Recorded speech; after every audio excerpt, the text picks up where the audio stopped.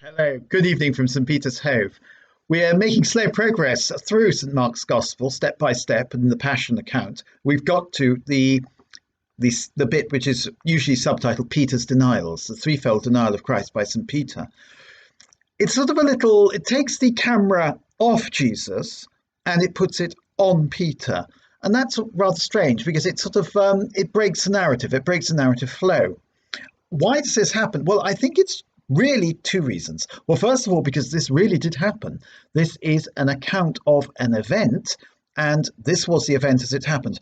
Why do I say it really did happen? Well, because the characterization is so astonishingly acute at this point.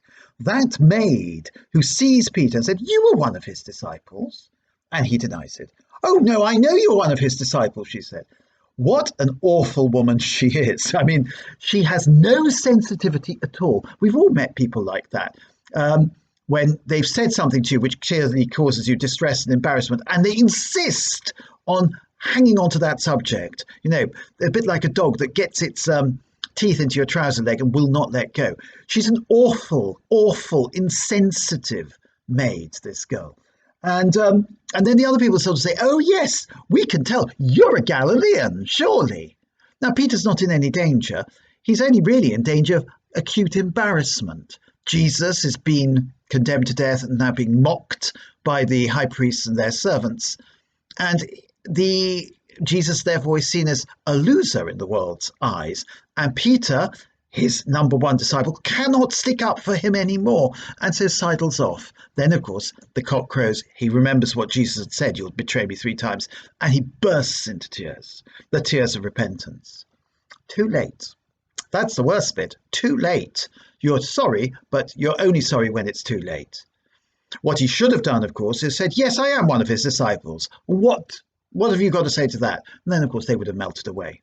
But, of course, he's caught on the back foot. The social embarrassment is what gets him, I think.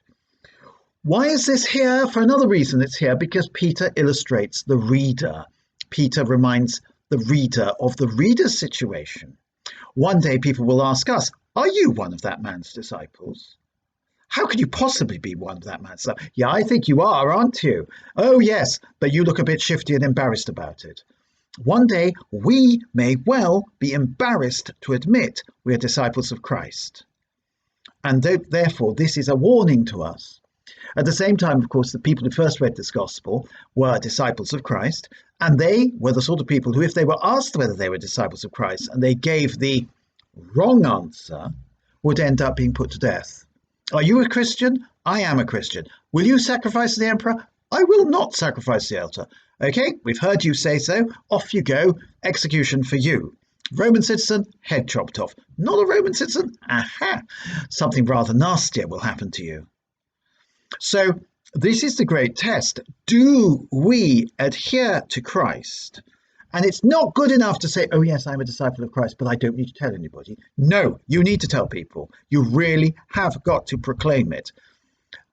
So maybe not from the rooftops, but certainly when people ask you a straight question, you have to give a straight answer. You have to be the sort of person who stands up for your Christian beliefs.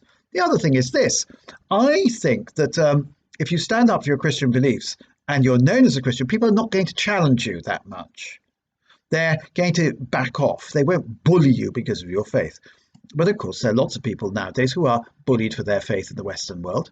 There are lots of people who suffer far worse for their faith in other parts of the world. Pope is right now in Iraq. Think of all the suffering Christians of Iraq, what they've had to put up with. Think of the Christians in Pakistan. Think of the Christians in China and what they have to put up with. Yet they are people who say, "Yes, I am one of that man's disciples." And if you don't like that, go ahead. Anyway, St. Peter lacks in this key moment here. He lacks courage. Courage is the greatest of the Christian virtues, because without courage, we won't have any other virtues. If you don't have courage, you won't have perseverance. If you don't have courage, your faith won't be a faith that really sticks. If you don't have courage, you won't have the ability to speak about your faith. A little bit of courage is necessary if we're to make progress in the spiritual life, if we're to stay in the spiritual life at all. So there we leave him, St. Peter denying Christ. But of course, the story has a different ending eventually, because everybody who had read this Mark's Gospel would have known that St. Peter died on the cross, just like his master. So he denied his master then, but later he confessed him. All the very best. See you again. Good night.